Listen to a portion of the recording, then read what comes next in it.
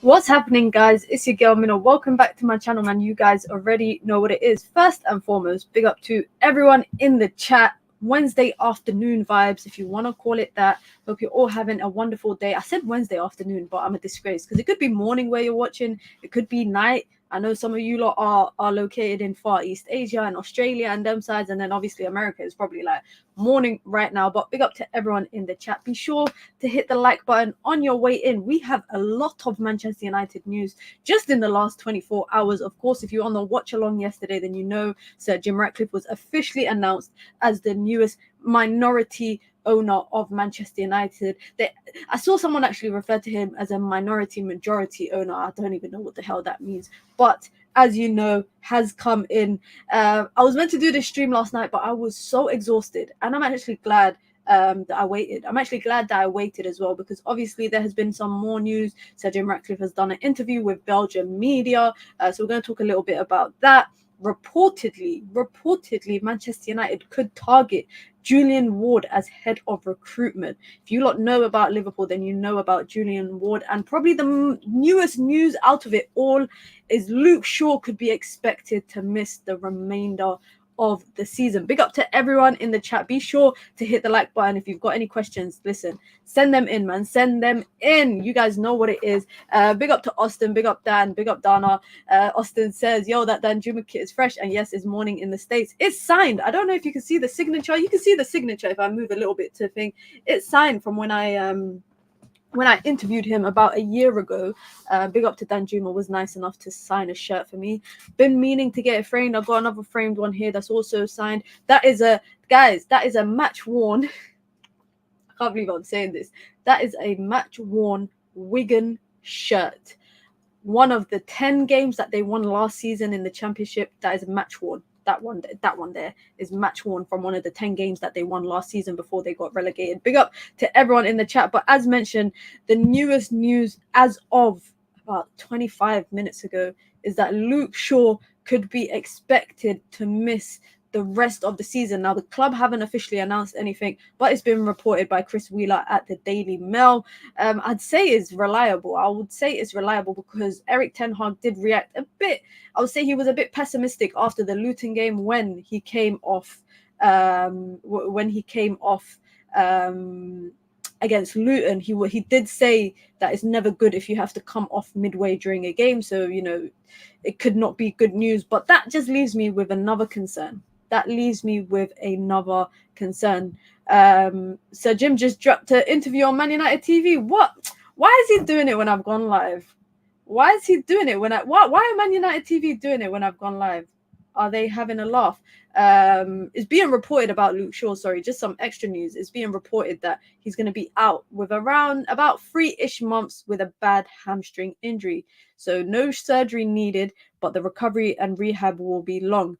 This is reported by Insider United on Twitter. If you know, you know. Always been reliable. And now I need to go to MUTV. Can I do a watch along? I don't even know if I can do a watch along here. I don't even think that's allowed. Nah, it's not. I'm gonna have to watch it afterwards. I'm gonna have to watch this afterwards. If he says anything interesting, guys, do let me know. But I think he will say a lot of what he said in Belgian media today. And I got some quotes up here. Let me find it, because, you know, guys, I'm trying to be a bit more tech savvy with it. It's Fabrizio's birthday today. Okay, I just clicked on his profile and it says that it's his birthday today. So this is what Sir Jim Ratcliffe said, and I anticipate this is what he will be saying in his interview with MUTV. It was reported before he actually took over that he will do a press conference as well. So I'm looking forward to seeing when that happens. But he said we have to ensure that the right people end up in the right positions at Man United. Every person in management must, not should, must be world class. We need to create positive, supportive, friendly, quality environment. This culture was lacking before. Let me not go to the Sir Jim part, because what I wanted to talk about first and foremost was Luke Shaw and his injury, which means we've got no left-hand side of the defense for the rest of the season. Lisandro Martinez is out. I had people telling me Luke Shaw would be the replacement for Lisandro Martinez. I had people telling me he would be the replacement while Lisandro Martinez is out injured. And now he will be expected to miss the rest of the season, which means, of course, he's probably missed more. Live react. Then I need to pull up MUTV on my phone. I got to pull up MUTV on my phone. If I go on their website, I don't know if it's on there. Oh, it is. Oh, it's been removed.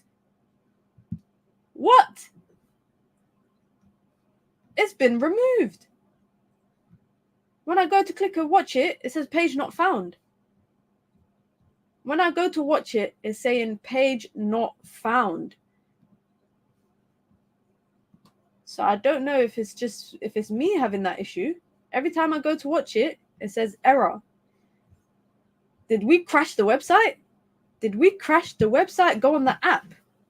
There's no way we crashed the website. Let me go on the app and see.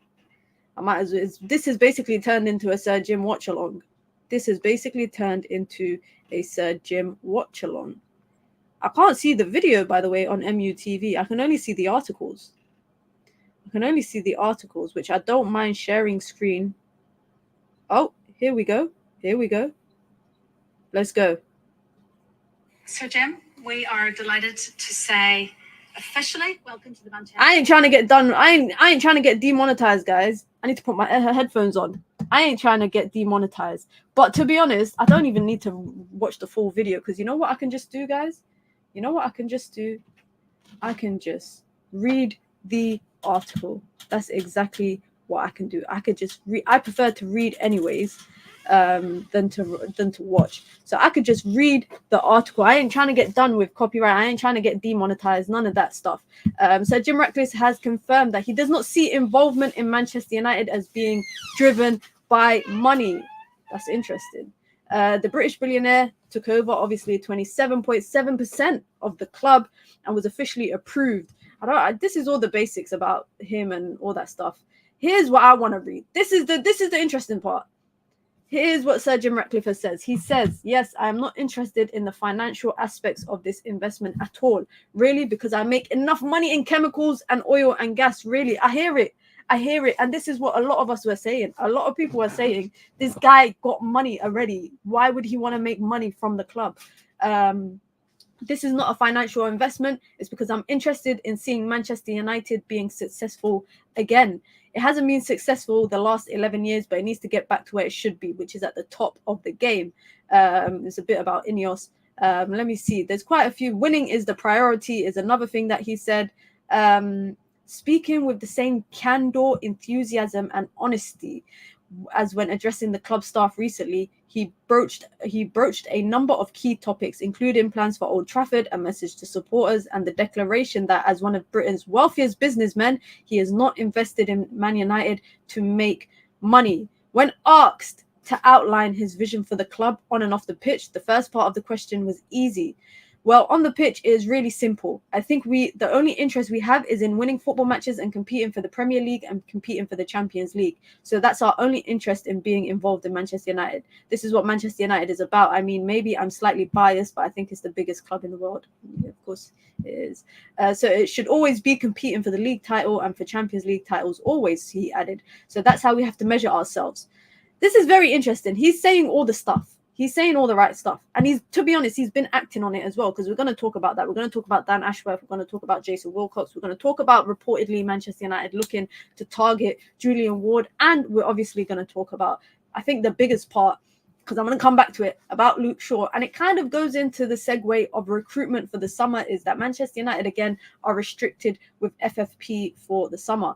Another thing that Sir Jim said is, I think any team that wears that Manchester United badge on their shirt is important to the club because they're wearing the badge and they need to be successful in winning. So they're all important components of the club. He obviously talks about the fans. He says, we don't own the club. The club is a community asset. And so it's all about the fans and what the fans want, because what's really important to those people who live in Manchester or go to the game every week is they want to see the team winning, because that's enjoyable. And we recognize that. So it's all about the fans. He's saying all the right things. Like I said, he's saying all the right things. First and foremost, big up to everyone in the chat. Be sure to hit the like button. If you lot like these kind of afternoon-ish streams, let me know, man. We got a new setup. I told you guys the setup is going to continue to evolve as well. Since joining Man United in 2014, Luke Shaw has missed 200 games through injury. The left back is reportedly set for another 2 to 3 months on the sidelines. Is it time to part ways with Luke Shaw? Is this the right time that we could say it's time for Man United to part ways? Because I can't think of any other reason why. Maybe not part ways per se. Maybe not that word, but maybe United should upgrade. Maybe it's time for United to upgrade on him. Let's look at his injury history, because here Ridwan mentions it, saying that he's missed over 200 games. How many games has he missed this season? He's missed 16 so far this season. He was out from August to November, from end of August to end of November, and then he came back for December and January, bit of February, and now he's out again. Now this season is actually the most games that I want to say is the, let me double check actually, except for when he broke his leg. When he broke his leg, obviously he missed the most games. That was the entire season, pretty much 64 games he missed. But after that, the most games he missed in one season is actually quite a lot. It's quite a lot, guys. He missed 30 the season after that. Flipping out, he missed 30 the season after that. He missed about 7. Wow. I'm just saying it, doing the maths, because on Transfer Market they don't add up the seasons for you, so they do it by like injury. Last season he didn't miss as many games. I'm saying as many games, but he missed 18 games. That's still a lot. This season he's missed 16, expected to miss the rest of the season. Now this is what blows my mind, and it's probably what confuses me the most when it comes to Manchester United and just the way that they move, because you brought in Reguilon on a loan deal from Spurs. Yeah, you bring him in. You insinuate to Alvaro Fernandez that there's no future in the club for him. You send him out after he had a good loan move at Preston North End. Don't really give him an opportunity. And when I say don't give him an opportunity, what I mean by that is a run of competitive first team games. Not preseason, I'm talking competitive games. But you don't give him an opportunity in that. You send him out.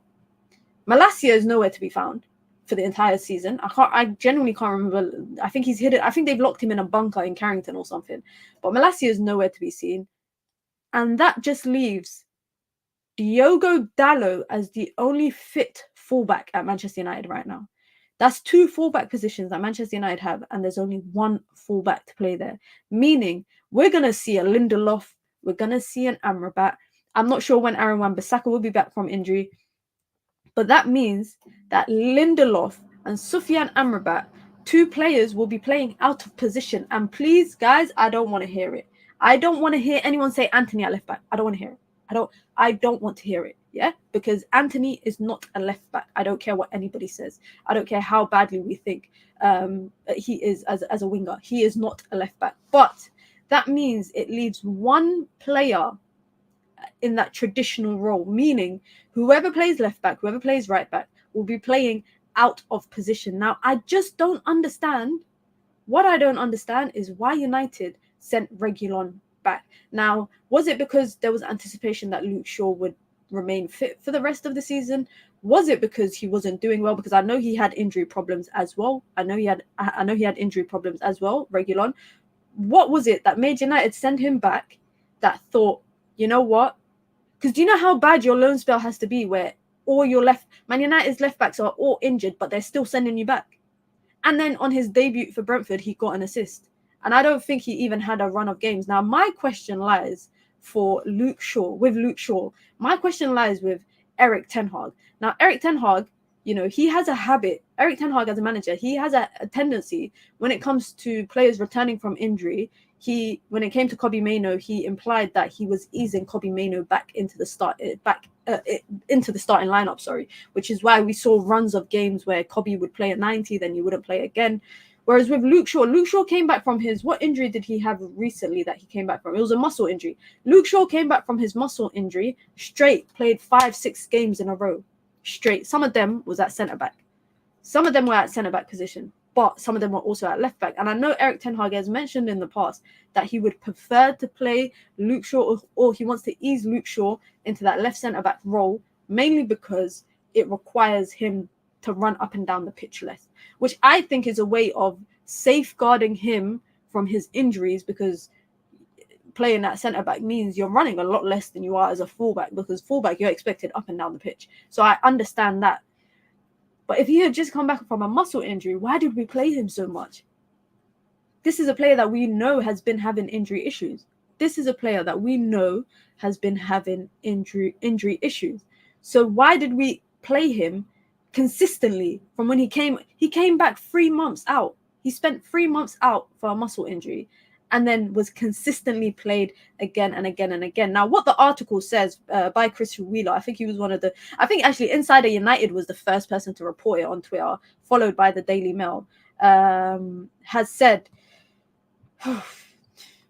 having been out for 3 months at the start of the season, the 28-year-old is now likely to miss United's remaining 13 Premier League games as Erik ten Hag's side tried to secure a top 4 finish. Shaw's latest injury will also be a big worry for England boss Gareth Southgate ahead of the Euros this summer. I mean, was he going to the Euros? That's news to me. I didn't know he was going to the Euros anyway. When asked about Shaw's injury after the Luton game, this is what Erik ten Hag said. He said, "I can't tell, but we have to wait minimum until tomorrow to see what's going on. When you come off, it doesn't look great." So I think the manager kind of knew it was not good news. I think the manager inevitably knew it was not positive news. They weren't going to say, "Oh, it's just a minor injury and he's going to be out for a game or two." I definitely think that it was going to be a big one. Now, fresh news, actually, unrelated to Luke Shaw.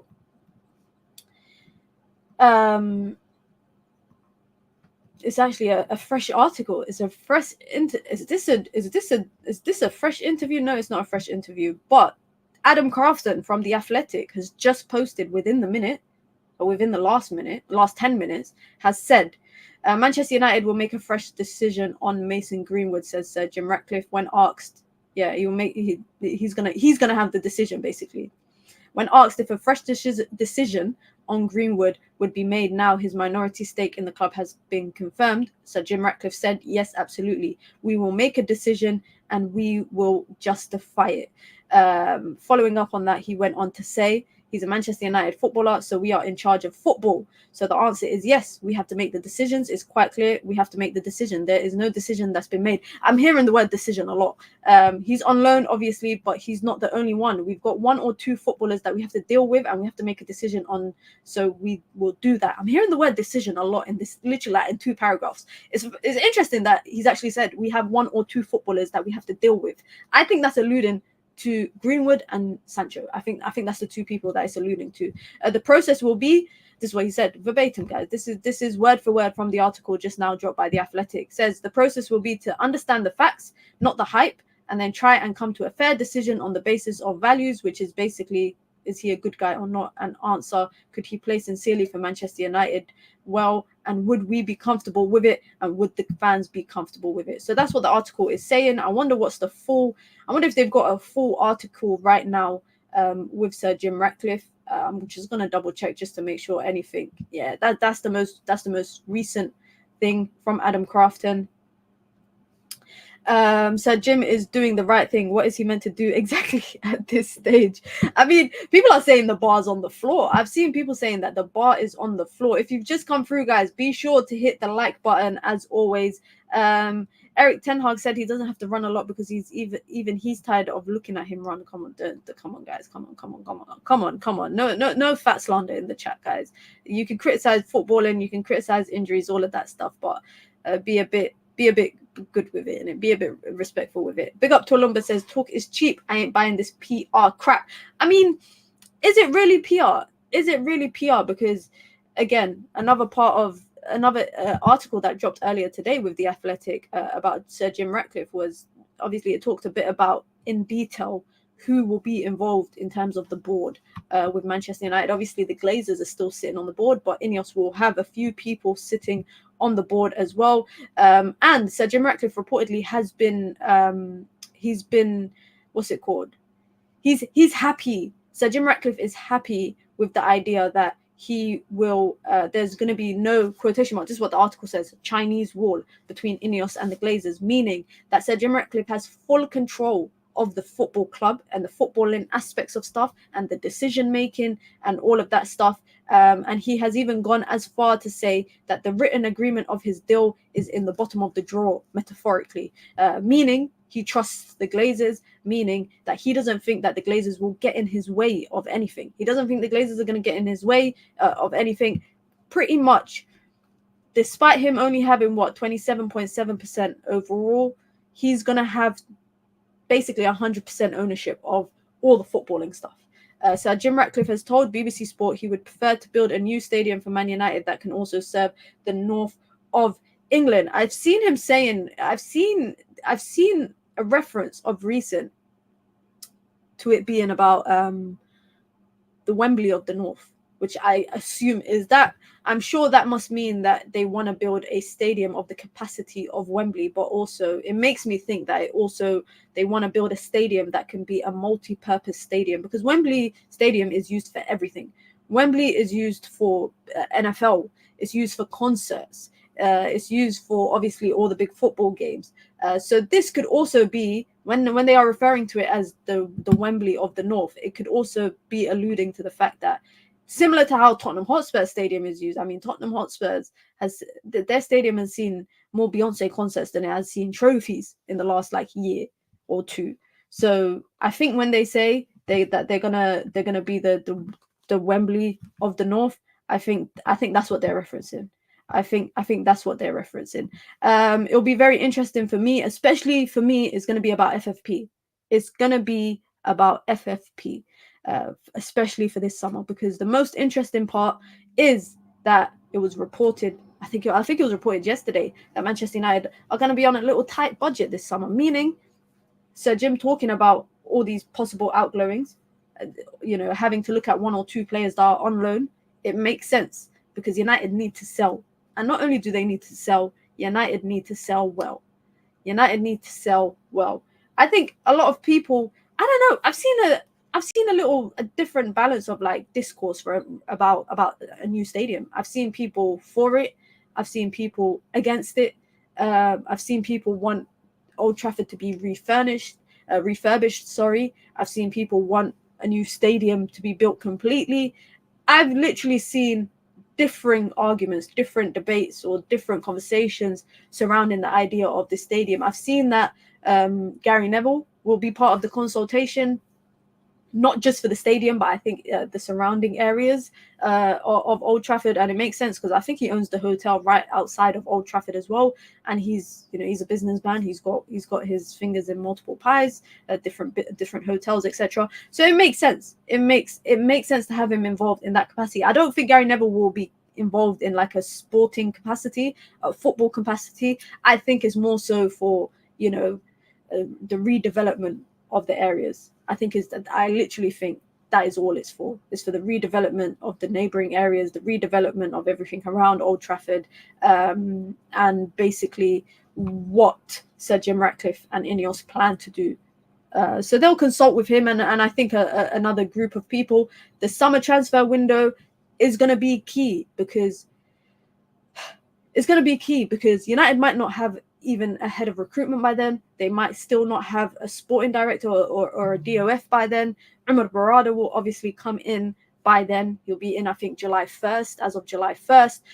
They're reportedly looking at Julian Ward, formerly at Liverpool. If you know about his time at Liverpool, then I don't even think I have to explain it. If you know about Julian Ward's time at Liverpool, you know what he was responsible, bringing in Cody Gakpo, McAllister, Endo, I think it's getting Sadio Mane off the books, etc. So Julian Ward as head of recruitment, if it's true, and this is the Avengers that they're building, the Avengers of Dan Ashworth, Umar Barada, is basically like Sir Jim Ratcliffe and Sir Dave Brailsford have gone to every club in England and have been like, you know what, take that one there, I'm going to take that one there, I'm going to take that one there, I'm going to take that one there. Because that's what it seems like they're doing. That's what it seems like they're doing. Big up to Riri in the chat, says, Mina, your wall is popping. Listen, guys, I told you, lot, man, I'm upgrading the settings. I'm upgrading. There's still a lot more to go on this wall. Like that, this is only 2 shirts that I have. There's a few more shirts still to go up as well. And I've got some Man United shirts as well that I want to put up as well. Big up to Riri as well. Be sure to hit the like button, guys. It's not actually going to be a long stream, mainly because I'm doing a watch along later. So you lot can come through for that. Turn on your post notifications for that. Yeah, go over to the video, turn on your post notifications. We'll be doing a double watch along where I'm hating on Barcelona and I'm hating on Arsenal. I'm hating on both of them. It's a double hate along. I don't even think I've done a double hate along before, but I'll be doing a double hate along. Arsenal versus Porto and Napoli versus Barcelona. 2 good Champions League games as well from the new HQ as well. What about the women? Polly has to go. I'm hearing that she's going. I'm hearing that she's going. So it'll be very interesting to see also what happens with the women's, with the women's team. Is it a time to be positive, guys? Is it a time? It's a new era. The Sir Jim era has started. This what's the story with them 2 shirts? The story with the 2 shirts. So this one here, I interviewed Arnott Danjuma about a year ago. After the interview, it was a written article that I did. He signed a shirt for me. So it's just been in my cupboard. This one, I've done some content stuff with Stephen Corker. Was playing at Wigan at the time. Obviously, he played for Spurs. I think he had a short stint at Liverpool as well. But this is a match-worn Wigan shirt. One of the 10 games that Wigan won last season in the Championship. They won 10 games last season. Obviously, they got relegated to League One. He's the captain of Sierra Leone as well. Big up to Stephen Corker. He's a top guy. Is the yellow shirt BVB? No, it's Villarreal. It's a Villarreal shirt, unfortunately. That year, this shirt is from the year that Villarreal battered United up in the Champions League. That's the year. Do you remember what Danjuma did to Dalot? If you lot remember, then you lot remember. But basically, guys, I have a lot of signed shirts. I've got an Al Nassr shirt. I've got a QPR shirt. I've got any player that I've ever had the chance to interview. I tend to like get a signed shirt, and I've just had so many shirts sitting in my cupboard. And I thought, you know what, I might as well frame them and start putting them up as well. Definitely going to look to add a women's one to that. But quickly, guys, so Jim Ratcliffe era is here. Is it something to be positive about? Paradox says, no, we have no left back. I know we got no left back. But the Sir Jim era, I'm saying it officially starts. But for me, the Sir Jim era starts in the summer. The summer transfer window, when that transfer bell, if you want to call it, goes off and moves are allowed to be made, then that's when I say the Sir Jim Ratcliffe and Ineos era has officially started. It's as simple as that. Right now, they're making all the moves. They're doing the groundwork. Dan Ashworth, Newcastle are trying to Newcastle are jokes. They're trying to recoup money, 20 million for their director, 20 million, which will allow them to be in FFP. It will give them some leeway with FFP, meaning United are doing them a favor. And I think from the reports is that Sir Jim and Ineos and Sir Dave Brailsford, etc., are happy to play the waiting game. They are happy to play the waiting game because they are going to continue to pay Dan Ashworth on gardening leave, where he's doing nothing, and he could just wait it out. Even if it's a year, even if it's a whole year, they will wait it out. They're happy to do that, which is, I think that's the right move. Dan Ashworth coming in, potentially Jason Wilcox could come in as well. I'm not sure in what capacity, because he was part head of the academy, I think, at Manchester City, but he's worked with Umar Barada. It looks like Sir Jim, it looks like Sir Dave Brailsford are going around plucking the best of the best from different clubs in England to build a dynasty. I don't want to say that. I don't know if I'm shooting myself in the foot by saying that, but they are looking to build a dynasty. If they get Julian Ward on board, on top of all of this, United could be in a very positive position from the senior ups. They can be in, and you know what? That is the foundation. That is where the foundation will start, in my opinion, for Manchester United. If you want to see results on the pitch, if you want to see positivity on the pitch, if you want to see positive performance, you need the infrastructure. And for so long, as fans, we've been calling for that. We've been calling for infrastructure, and it looks like it could be happening as well. It could be happening. This summer's going to be entertaining, not just for United, obviously. Across all of football, it's going to be entertaining. A lot of clubs will be looking for new managers. United, I don't know if they could be, but United are definitely going to be looking for players as well. I don't want to say it's the time to get excited, but you know who I need to get on? I need to get Nuruddin on here because I want to hear his thoughts. I know damn well Nuruddin is not excited. Another thing that's not excited to be about, that's not there to be excited about, obviously, is Luke Shaw being out injured. I'm going to see how this news develops over time, especially over the next, I want to say, probably couple days before United play Fulham, because if Erik ten Hag comes out and says this is a long-term injury, United are pissed. Excuse my language.